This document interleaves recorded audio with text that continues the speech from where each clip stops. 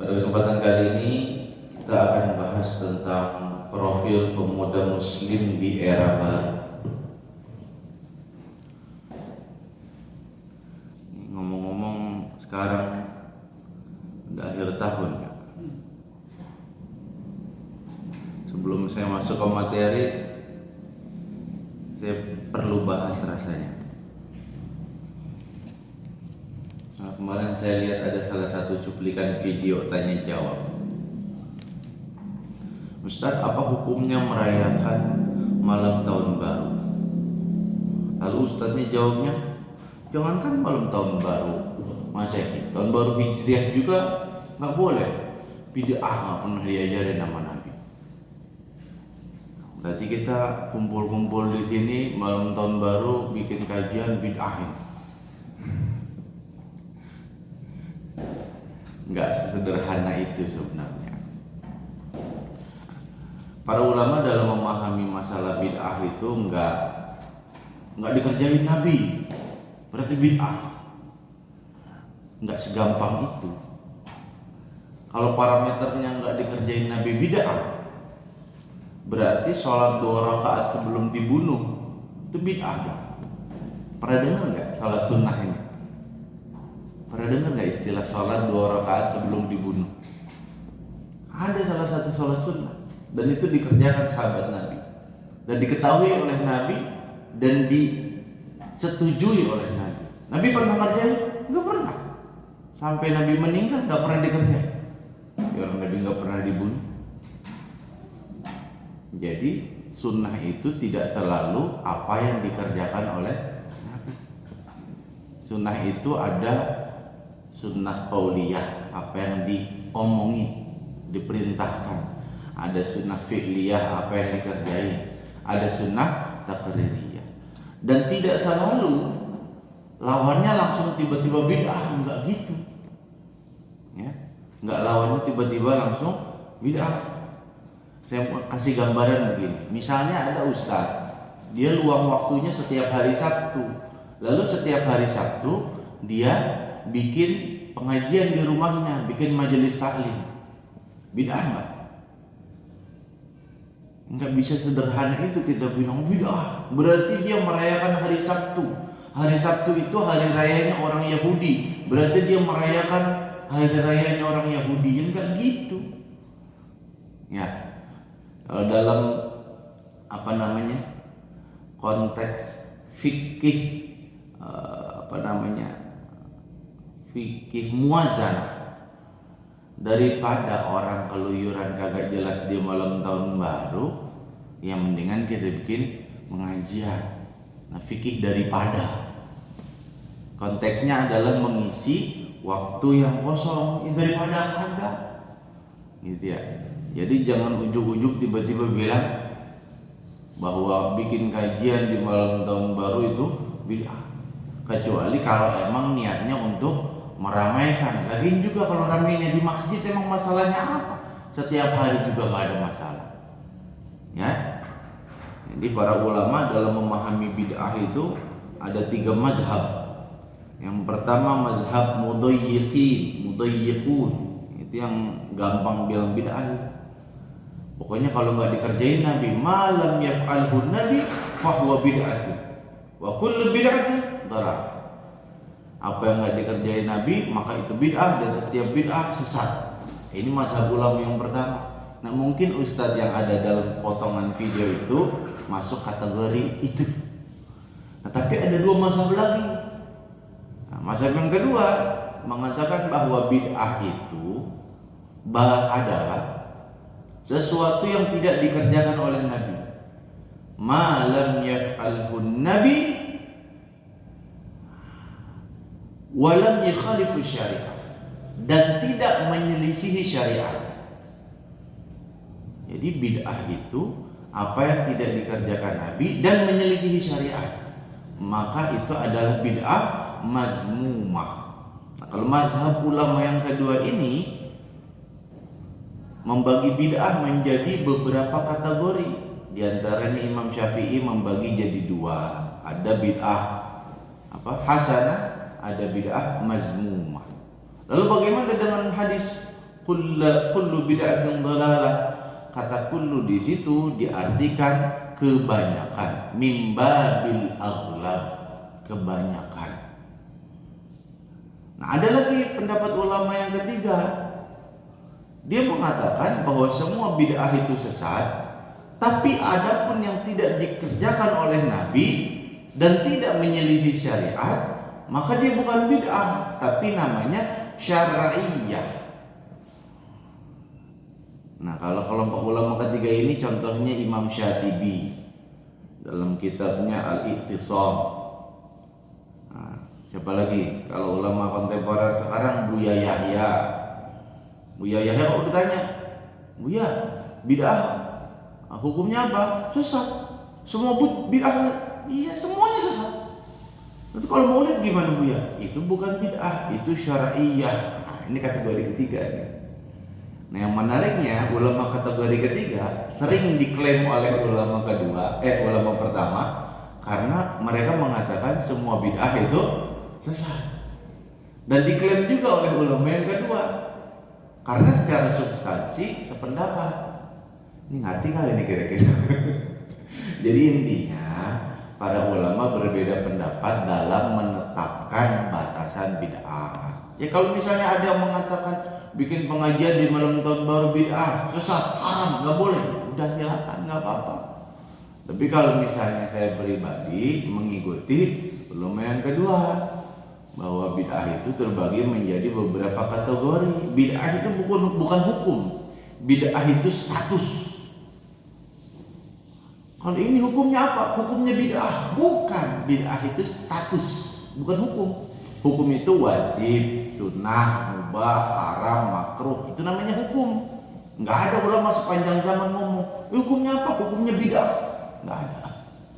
Apalagi Syekh Is bin Abdus Salam. Beliau dapat gelar Sultanul Aulia. Apa ya Sultanul Aulia? Sultan itu kan apa? Diterjemahin dalam bahasa Indonesia sultan, raja, rajanya para aulia, Sultanul Ulama, rajanya para ulama. Beliau sampai bilang bid'ah itu terbagi 5. Ada bid'ah yang wajib, bid'ah yang sunnah, bid'ah yang mubah, bid'ah yang makruh, bid'ah yang haram. Terbagi menjadi 5 kategori fikih. Ini supaya kita duduk di sini itu enggak ragu gitu, ya. Nah, sekarang kita bahas tentang bagaimana sih profil pemuda muslim di era baru. Kita bahas kenapa perlu ada kata di era baru. Karena era itu berganti-ganti. Di zaman Rasulullah Muhammad SAW, dakwahnya secara substansi sama, cuma secara strategi itu beda-beda. Dakwah Nabi sebelum Umar masuk Islam gimana? Sembunyi di rumah siapa? Arqam bin Abil Arqam. Kenapa dipilihnya rumah Arqam bin Abil Arqam? Karena dia secara strategis nggak mungkin dicurigai sebagai persembunyiannya Nabi. Karena dia ada di tengah-tengah pemuka kabilah. Kaum kafir Quraisy itu di situ di tengah-tengahnya. Nggak mungkin. Secara logika nggak mungkin Muhammad ada di situ. Nah, setelah Umar bin Khattab masuk Islam, strategi dakwah Nabi berubah. Kenapa berubah? Wah, preman Mekah udah taubat, ngapain sembunyi-sembunyi lagi? Langsung terang-terangan. Apalagi ada ayat wa anzir ashiratakal aqrabin, dan berilah peringatan kepada orang-orang terdekatmu. Ya, bahkan di zaman Nabi Muhammad masih hidup aja strategi dakwah itu mengalami perubahan. Itu masih di Mekah tuh, Umar bin Khattab masuk Islam. Lalu ketika dakwah Nabi di Madinah, berubah lagi. Berubah. Di Mekah nggak ada istilahnya perang. Siapa? Ammar bin Yasir, Ammar bin Yasir, Sumayyah, bapak, anak, ibu. Tiga-tiganya disiksa sama majikannya. Mereka bertiga budak. Nabi Muhammad ngelihat itu. Cuma kalau Nabi Muhammad nolongin mereka, itu sama artinya Nabi Muhammad memberikan kesempatan kepada mereka untuk menyakiti Nabi Muhammad secara fisik. Karena itu urusan pribadi mereka. Budak mau diapain, mau dibunuh juga urusan majikannya. Itu aturan kafir Quraisy zaman itu. Nah kalau Nabi Muhammad ikut campur, ya itu sama aja bunuh diri. Sementara Allah belum mengizinkan perang. Nabi Muhammad cuma ngomong apa? Sabran ala Yasir fa inna mau'idukumul jannah. Sabarlah wahai keluarga Yasir, sesungguhnya tempat kalian adalah surga. Apa Nabi Muhammad gak mau nolongin? Mau banget. Tapi gak memungkinkan. Oleh karena itu Nabi Muhammad cuma ngasih motivasi supaya keluarganya Yasir sabar. Sabar mereka, sabar, dimotivasi sama Nabi. Sampai Sumayyah itu dipaksa keluar dari Islam. Nggak mau. Bilang aja lu masuk Islam gara-gara Kang sama Muhammad mukanya ganteng kan, lu pengen jadi istri keduanya. Digituin dia, diludahin tuh mulutnya. Mulut orang kafir yang ngomong kayak diludahin. Puh, marah, tusuk langsung. Mohon maaf, dari kemaluannya tembus ke pinggang. Mati 2 orang langsung, dia dan bayi yang ada dalam perut. Jadi orang yang pertama kali yang pertama kali syahid membela agamanya bukan laki-laki. Yang pertama kali syahid membela agamanya adalah perempuan, namanya Sumayyah. Besoknya bapaknya udah gak tahan, dipukulin mulu, akhirnya meninggal juga. Udah gak sanggup dia menahan rasa sakit, meninggal. Bayangin tuh, anak ditinggal mati ayah ibunya dalam kondisi disiksa, itu kayak gimana psikisnya itu. Tambah dianya juga disiksa, disetrika punggungnya pakai besi yang panas, sampai dalam kondisi setengah sadar setengah enggak. Diikutin tuh omongan orang kafir Quraisy, dihina Nabi Muhammad. Dia katakan dia telah keluar dari agama Islam, dibebasin. Pas dibebasin dia baru sadar, kok saya dibebasin? Dia baru sadar bahwa dia telah mengatakan perkataan yang murtad. Sampaikan hal itu kepada Rasulullah, lalu turunlah ayat yang membela Ammar bin Yasir. Itu kalau kejadian kayak begitu, kejadian di Madinah, perang itu. Tapi karena kejadiannya di Mekah, enggak. Jadi kenapa perlu ditambahkan di era baru? Karena strategi dakwah Rasulullah, bahkan ketika Rasul masih hidup pun ubah sesuai dengan kondisinya masing-masing. Nah kita baca dulu. Di sini yang paling bagus siapa? Baca Qur'an ya, Qori. Yang biasa aja ya, biasa waktu itu. Qori semua, masya Allah. Coba dari nahnu ana minta. Antum pilih satu orang. Anak mudanya.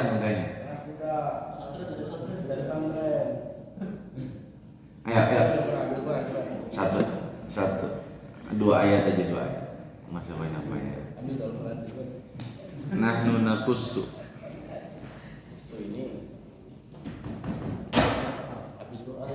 Masya Allah. Amin. Nah, ayat 13.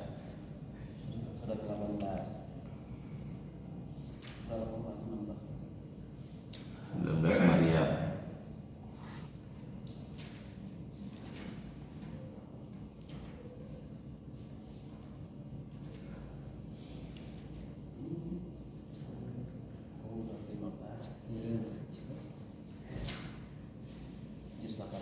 Sebelum Maryam.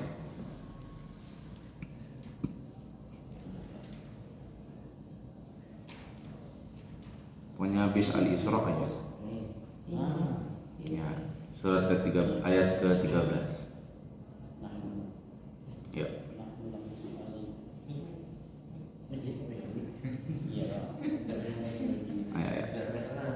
Ayo.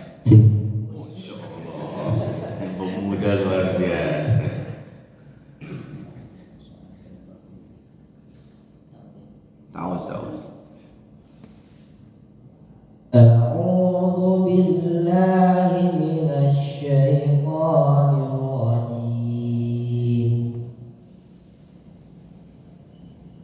نحن نقص عليك نبأهم بالحق إنهم فتية آمنوا بربهم وزدناهم huda matiwan zidnahum huda matiwan وزدناهم هدى وربطنا على قلوبهم إذ قاموا فقالوا ربنا ورب السماوات والأرض لن ندعو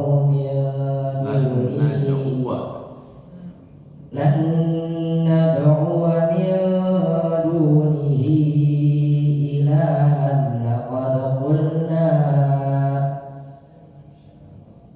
إلها لقد قلنا إذا شططا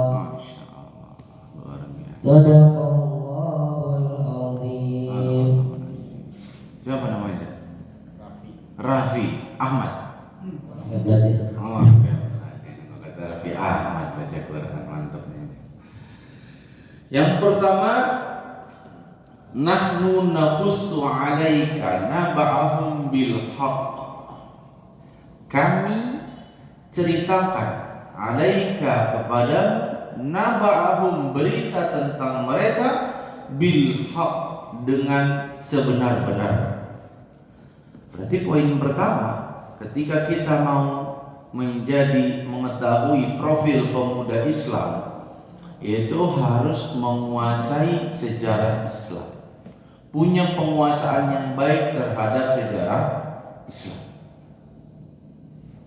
Kenapa kita perlu belajar sejarah? Karena kita perlu kekuatan dalam menjalani hidup, dalam mengarungi perjuangan dakwah. Orang yang paling sempurna, paling bertakwa, paling baik, paling pintar, paling cerdas Rasulullah. Tapi sehebat apapun, sesempurna apapun Rasulullah, tetap Allah meneguhkan hati beliau dengan sirah. Linusabbitu bihi fu'adak. Akhir surah Yusuf. Buat apa Allah ceritakan kisah-kisah para nabi terdahulu? Linusabbitu bihi fu'adak, supaya Allah meneguhkan hatimu bihi dengan sirah itu. Karena sirah itu, sejarah itu, ketika dibaca, itu kita akan melakukan yang namanya komparasi. Rasul aja kayak begini ya, gimana saya? Pasti begitu. Jadi orang yang sering membaca sejarah, pemahamannya utuh tentang sejarah Islam, baik itu sejarah Nabi terdahulu maupun sejarah Rasulullah maupun sejarah Islam dari awal Khulafaur Rasyidin sampai sekarang. Ketika kita membaca sejarah secara utuh, maka kita akan mendapatkan oase kehidupan, oase energi. 13 tahun dakwah Rasul di Makkah Al-Mukarramah, lebih dari separuh masa kenabian. Padahal sirah nabawiyah terkait dengan dakwah Nabi di Mekah sedikit. Kalau baca sirah nabawiyah Ibnu Hisham itu nggak nyampe setengah, nggak nyampe satu jilid, kan jilidnya ada 2, nggak nyampe satu jilid pertama, nggak nyampe, dikit banget. Tapi dakwah Nabi di Madinah cuma 10 tahun, panjang. Apa pelajarannya? Pelajarannya bahwa menanamkan akidah memang butuh waktu panjang, terus menerus, nggak boleh berhenti. Pelajaran kedua, bahwa ketika Rasulullah memimpin sebuah negara, bukan sekedar sebagai nabi, tapi sebagai panglima perang juga, sebagai pemimpin pemerintahan juga. Maka ada banyak kebaikan-kebaikan yang bisa dihasilkan oleh Rasulullah. Perang Badar, kenapa perlu terjadi perang Badar? Padahal Rasul nggak menginginkannya, supaya umat Islam tidak dibabat habis oleh orang kafir Quraisy. Kafir Quraisy pengen menghabisi umat Islam sampai ke akar-akarnya. Caranya gimana? Harta kaum muslimin yang ada di Mekah dijual sama mereka, supaya jadi banyak, dibalikin lagi ke Mekah, dijual lagi, begitu. Diputus oleh Rasul dan para sahabatnya. Jangan, enak aja lu, harta kaum muslimin udah lu rampok, lu gunakan juga untuk menghancurkan kaum muslimin. Dicegat sama Rasul. Kalau orang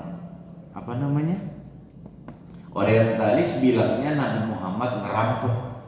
Bukan ngerampok, itu mengambil haknya sendiri.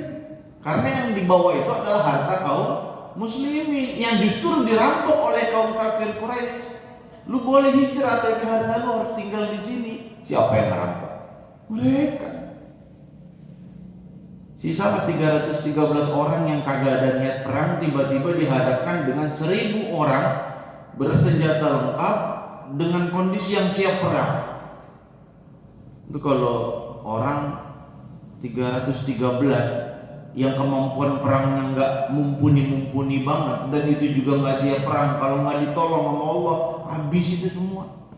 Dibantu oleh Allah, diturunkan malaikat memakai tanda. Apa pelajarannya? Bahwa kekuatan kaum muslimin bukan berasal dari kita, tapi berasal dari Allah. Tuh bayangin, kalau kita menguasai sirah nabawiyah, kita akan mendapatkan banyak hikmah, jadi orang bijaksana kita. Satu lagi, di perang Uhud umat Islam kalah apa enggak? Siapa bilang kalah? Apa buktinya umat Islam kalah? Ayatnya Allah cuma bilang wa iyamsaskum, dan jika kalian mendapatkan luka faqad massal qauma qarhum misluh, maka sesungguhnya mereka juga mendapatkan luka. Allah nggak bilang kaum muslimin kalah di perang Uhud, Allah bilang kaum muslimin mendapatkan luka. Dan benar, setiap kaum muslimin yang pergi ke perang Uhud, tidak ada satupun di antara mereka yang kembali tanpa membawa luka. Semuanya disabet pedang. Baca kitab Sirah Ibn Hisham, paling banyak itu 80 sabetan pedang, mayoritasnya 20 sabetan pedang.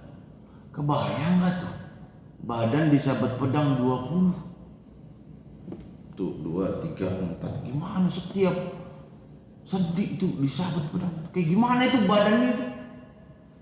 Ada sahabat Nabi yang ketika udah sampai rumahnya jatuh, kagak kuat ngerakin badan lagi.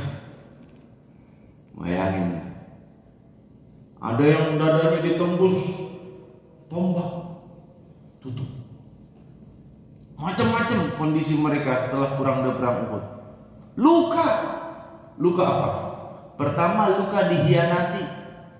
Sebelum mulai perang, kaum muslimin itu dihianatin duluan. Sama siapa? Sama orang munafik. 1000 kaum muslimin berangkat, 300 balik. Kenapa 300 balik?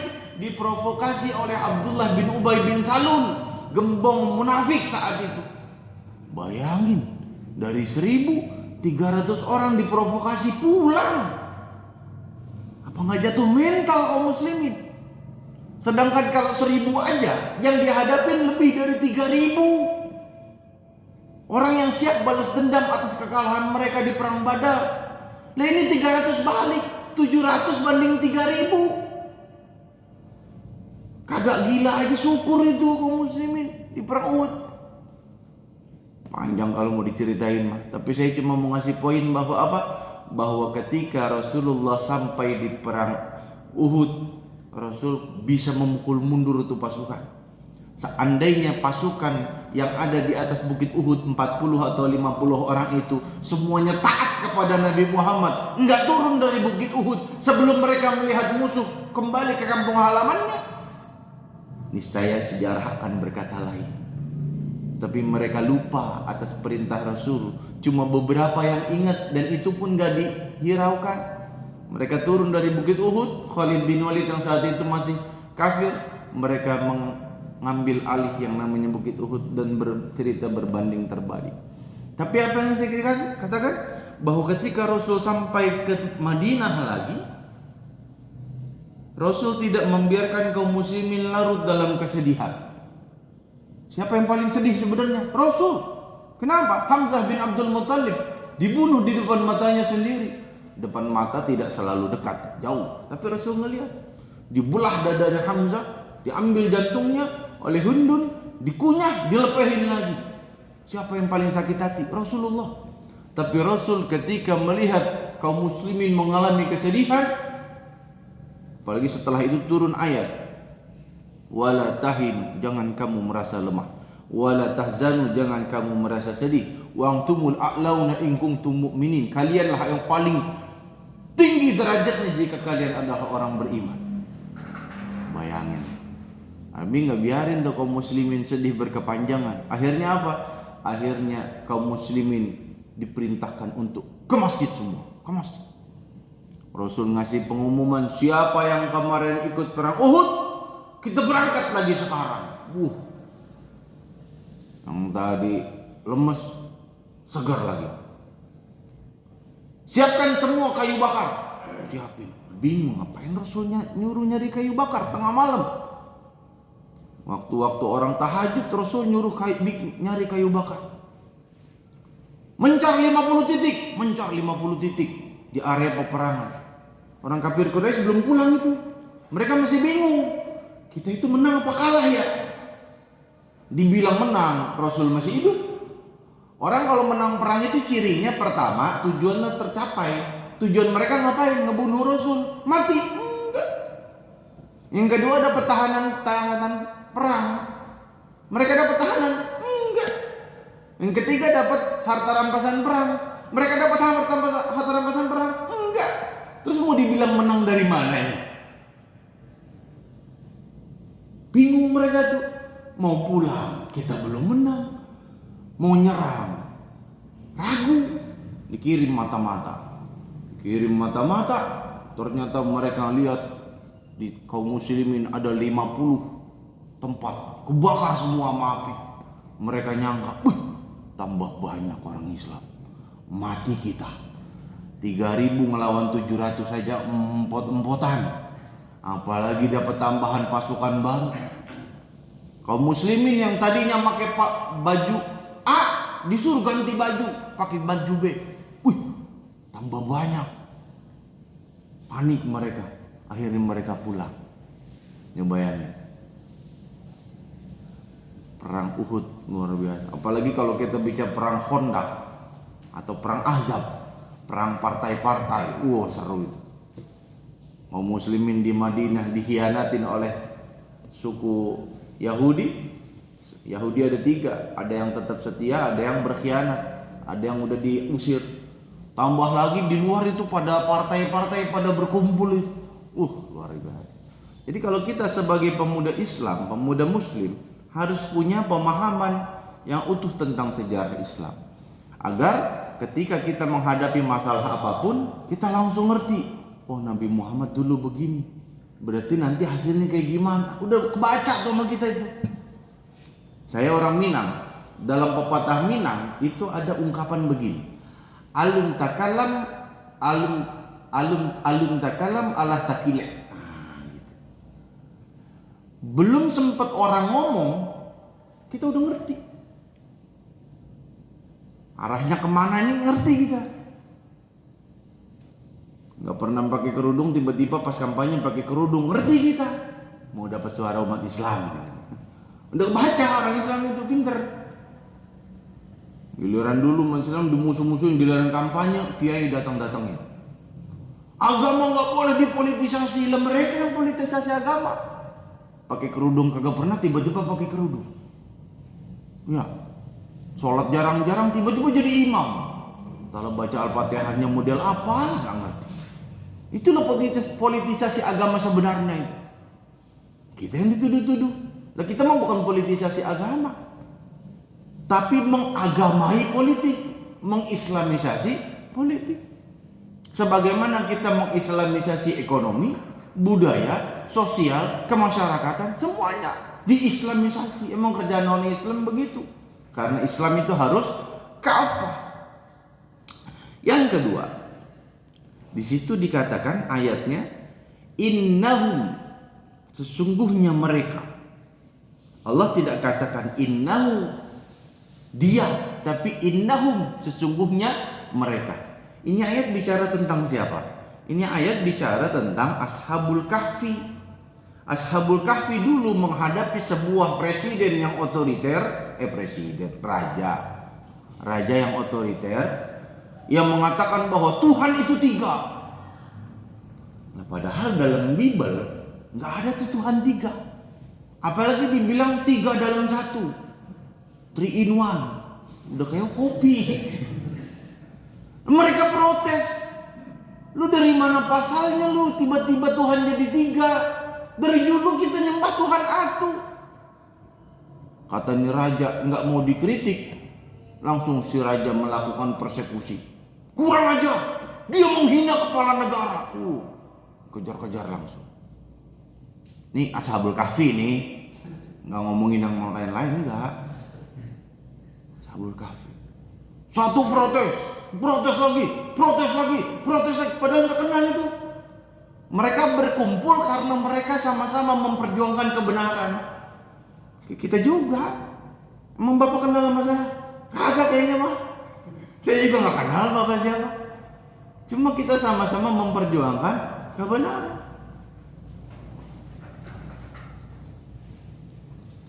Maka mereka semua lari. Bukan karena takut, ya daripada mati konyol, mendingan lari. Menyelamatkan agamanya, lari.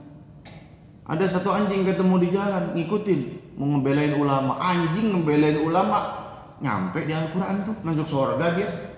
Anjing semoga lajoh katanya, belain ulama, masuk surga. Anjing masuk surga. Apalagi kita manusia. Kalau kita belain Islam, belain ulama, masuk surga kita. Makanya kalau punya kemampuan di bidang hukum, di bidang ekonomi, di bidang politik, di bidang apalah, gunakan semuanya itu untuk Islam. Saya secara politik saya bukan caleg, secara ekonomi kismin, secara sosial bukan tokoh masyarakat. Saya cuma punya ilmu, ya udah itu aja. Ngajarin anak-anak SMA yang belum bisa sholat. Ya cuma begituan bisanya. Tapi kalau punya harta, punya kekuasaan segala macam, semuanya gunakan untuk Islam. Ya. Maka kita belajar ruhul jamaah, selalu berjamaah. Dan mereka itu berjamaah itu. Pas nyampe di gua tidur. Berapa lama tidurnya? 309 tahun. Lama apa bentar itu? Lama. Rajanya mati, ganti, mati, ganti, mati. Udah berapa raja tahu ganti? Tiba-tiba rajanya Islam. Tiba-tiba rajanya Islam. Islam di situ maksudnya bukan mengikuti Nabi Muhammad, orang Nabi belum lahir. Islam di situ maksudnya mengikuti ajaran Nabi Isa. Jangan sekali-kali kita bilang Nabi Isa Kristen, kurang ajar itu, kafir bisa kita. Nabi Isa itu Muslim. Dari zaman Nabi Adam sampai zaman Nabi Muhammad, semua Nabi itu Muslim. Ntar lagi kita latah bilang Nabi Musa orang Yahudi, astagfirullahaladzim. Nggak ada, semua Nabi Muslim. Tilka amaniyuhum, itu cuma akal-akalan mereka doang yang bilang Nabi Isa ini segala macam. Nggak ada. Pas rajanya Islam, mereka tahu kita tidur berapa lama ya? Ada yang bilang kayak kita tidur setengah hari deh. Enggak, kita tidur seharian penuh. Sampai pegel kita nih pas bangun. Yaudah kita coba. Pas dibelanjain ke pasar, loh kok duitnya masih duit tahun sekian ini? Tahun jebot.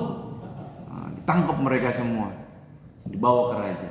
Nah mereka jadi saksi hidup bahwa hari berbangkit itu ada. Hari berbangkit manusia nanti bangkit lagi, sama tulang sama daging begini. Dan kita sebagai umat Islam wajib percaya.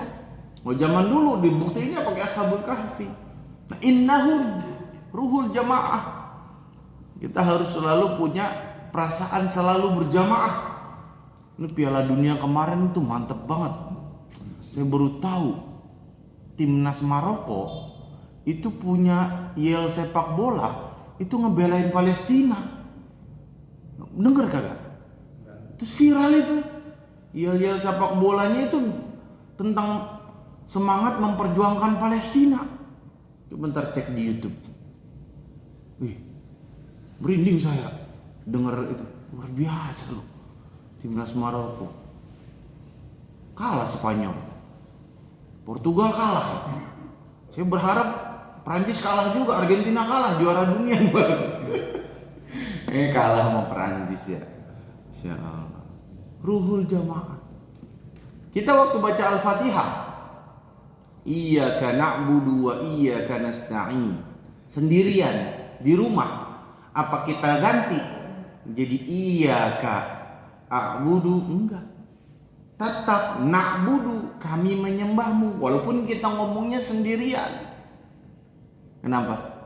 Di antara hikmah yang dikatakan oleh para ulama ahli tafsir adalah bahwa kita harus selalu menjaga semangat berjamaah. Kita di sini tenang, aman.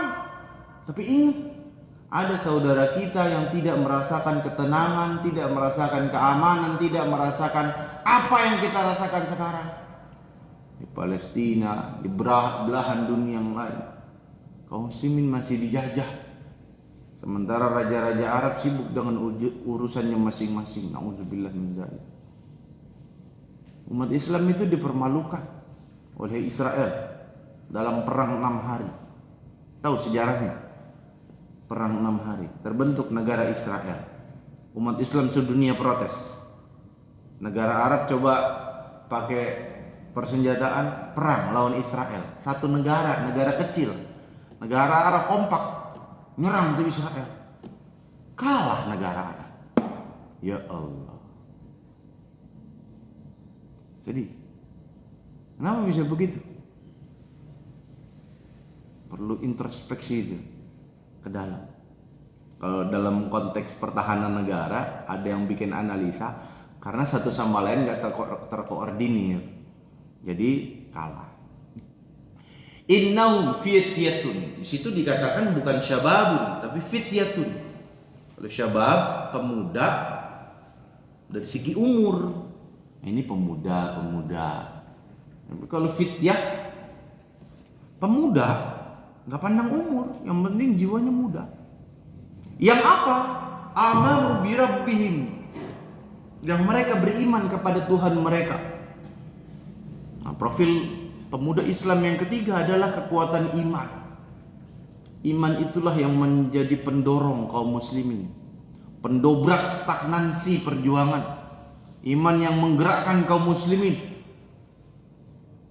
Iman yang membuat orang yang dipandang hina oleh manusia tapi dimuliakan oleh ilmunya. Pernah ada salah satu utusan kaum muslimin datang dakwah salah satu raja. Lalu rajanya nanya, "Kamu siapa?" "Saya muridnya fulan." "Kok gurumu jelek banget? Kenapa guru kamu hitam?" "Lah guru saya lebih hitam dari saya." Nah, orang barat, orang kafir itu sampai detik ini masih bermasalah tuh sama yang namanya kulit putih, kulit hitam. Kaum muslimin gak pernah. Biar kata imam kita, orang Afrika sekalipun yang apa namanya, keriting, kulit hitam segala macam. Kalau dia pantas jadi imam, kita terima. Coba di agama lain, ada orang kulit hitam masuk gereja kulit putih, dikasih surat sama pendetanya, "Maaf, salah gereja." Orang jelek nggak boleh nyampur sama orang ganteng. Di Islam ada begitu? Enggak. Siapapun yang mengucapkan la ilaha illallah langsung jadi saudara kita. Dukamu dukaku, deritamu deritaku. Begitu Islam. Kekuatan iman. Profil pemuda Islam itu. Wazidnahum huda, dan kami tambahkan kepada mereka petunjuk. Ini profil keempat. Dalam naungan hidayah. Jadi nggak ada tuh pemuda Islam itu jadi pemuda tersesat, itu nggak ada. Nggak ada. Kenapa? Karena mereka selalu berada dalam naungan hidayah. Sebelum mereka ngapa-ngapain, nanya dulu, ini kira-kira apa kata Allah ya? Apa kata Nabi ya? Sebelum mereka ngapa-ngapain, kira-kira ini boleh apa enggak ya? Hidupnya penuh dengan ilmu. Ada loh zaman sekarang orang kagak bisa nyebut nama Tuhannya. Jangan-jangan di masjid ini ada yang kagak bisa.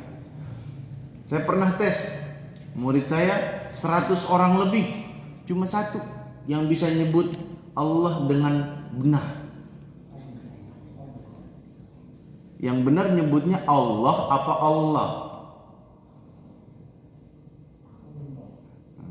Kalau masih bergerak bibirnya berarti salah. Allah itu nggak punya huruf waw, jadi bibirnya nggak boleh bergerak. Allah, jangan Allah. Ilmu. Kita kalau misalnya sholat, tangannya taruh di mana? Kalau berdiri, sholat, tangannya taruh di mana? Kalau dalam hadis riwayat Imam Ibnu Khuzaimah, tangan itu taruh di atas dada. Tapi 4 mazhab mengatakan di sini. Jadi di atas dada yang dipahami oleh imam mazhab Hanafi, Maliki, Syafi'i, Hambali, itu maksudnya adalah di sini. Bahkan 4 mazhab mengatakan yang naruh tangan di sini itu hukumnya makruh. Karena dikomparasi dengan hadis lain. Nah, ini kalau ngomongin ilmu hadis luar biasa itu. Karena kalau dalam riwayat Imam Abu Daud itu tangan itu di sini. Walaupun didoifkan oleh sebagian ulama, tapi seluruh ulama sepakat bahwa hadis riwayat Imam Abu Daud itu semuanya bisa diamalkan kecuali 4 hadis. Kalau yang tadi nggak masuk 4 hadis tadi. Jadi walaupun doif, tapi mungkin dia punya syawahid yang lain. Mantep dah. Kalau orang Islam itu ilmu, semuanya ilmu. Kalau di agama lain kagak boleh, nggak boleh nanya. Kenapa nggak boleh nanya, Pak? Ini dogma. Makin kamu tanya, makin kamu nggak beriman lah. Nah, dalam Islam nanya, mikir. Afala ta'qilun? Emang nggak punya akal? Afala tatafakkarun? Apakah kalian nggak berpikir? Malah dicela oleh Allah orang yang nggak mikir itu. Kalau di agama sebelah nggak usah mikir. Semakin kamu mikir, semakin kamu nggak beriman. Lah, buat apaan Allah nyiptain akal? Akal itu buat mikir. Yang nggak boleh itu akal diletakkan di atas wahyu, itu yang nggak boleh. Warabatna ala qulubihim, dan Allah meneguhkan hati mereka. Jadi hati orang beriman itu diteguhkan oleh Allah Subhanahu wa taala. Orang yang jadi pemuda muslim, dia punya keteguhan hati. Yang tadi linusabbitu bihi fuada. Jadi sebagai pemuda muslim di era baru, kita jangan gampang-gampang kena mental illness. Nggak ngerti. Mental illness, penyakit mental. Baru dibully, pengen bunuh diri. Nah, Nabi Muhammad kurang apa dibully? Ya. Kalau orang sering baca sejarah Nabi, kuat pendiriannya. Ya. Nih, gimana nih? Kita udahin aja atau gimana? Udah mau azan ini soalnya. Atau bisa selanjutnya tuh udah? Bisa azan dulu. Lalu warabatna ala qulubihim iz qamu, ketika mereka bangun, berdiri. Pemuda itu selalu menjadi tonggak kebangkitan. Berdiri. Pemuda kalau ada di gedung DPR kerjaannya dapat kursi buat berdiri, bukan buat duduk. Berdiri ngapain? Protes. Protes kenapa begini? Protes kenapa begitu? Anggota DPR kerjanya harusnya begitu. Bukannya dapat kursi buat tidur, ngeributin hordeng 4 miliar. Orang kerjaan banget. Rakyat sibuk nyari duit buat nambel apa tuh? BBM naik. Bukan naik, ganti harga ya. Kalau naik itu gopek, itu naik itu namanya 200, naik. Ini 7.500 tiba-tiba ceban ganti harga itu namanya. Bukan naik. Rakyat lagi empot-empotan nyari dia ngomongin hordeng. Itu kan nggak punya etika politik, nggak punya apa ya, perasaan gitu. Itu ibarat kata kita duduk di warteg, teman sebelah kita makan cuma makan sama nasi, sama tahu, sama tempe. Kita makan nasi sama ayam, sama ampela, semua lauk kita borong di piring kita. Itu kan nyakitin perasaan orang. Bagi ke ayamnya atuh. Ya. Kalau kita nanti misalnya ada di antara kalian antum semua yang jadi caleg, saya pernah ditawarin jadi caleg, namun saya nggak terima. Takut saya. Takut. Kalau apa namanya yang mungkin kuat, jadi caleg itu harus jadi orang kaya dulu menurut saya sih ya, supaya dia nggak mikirin dunia lagi ntar kalau jadi itu. Mikirnya udah pengabdian aja. Tapi kalau jadi tok batu loncatan buat nyari duit, rampok udah urusannya. Rampok. Ya mungkin azan dulu kali ya. Tak boleh ngerasa masuk surga itu sendirian, harus bareng-bareng. Kita nggak boleh membiarkan ada saudara kita, tetangga kita terjerumus ke dalam kemaksiatan. Sebagaimana pesan Rasulullah, man ra'a minkum munkaran falyughayyirhu biyadihi. Siapa di antara kalian yang melihat kemungkaran maka rubah dengan tangannya. Ini tugasnya penguasa, RT, RW, kalau di masyarakat. Kalau kita nggak penguasa, minimal kita punya mulut tegur. Fa'illam yastati fabil lisani. Tugasnya ustadz, tugasnya tokoh masyarakat. Kalau nggak mampu juga, kelewatan juga, ya udah berarti fabi qalbi, ya udah dengan hati. Gimana cara merubah kemungkaran dengan hati? Kita nggak ngasih kesempatan orang lain untuk maksiat dengan perantara kita nggak bantuin orang itu. Tapi ingat kata Nabi, wadzalika at'aful iman, itu adalah selemah-lemahnya iman. Aku qauli hadza, mungkin itu yang bisa saya sampaikan. Kita lanjut sholat isya. Assalamualaikum warahmatullahi wabarakatuh.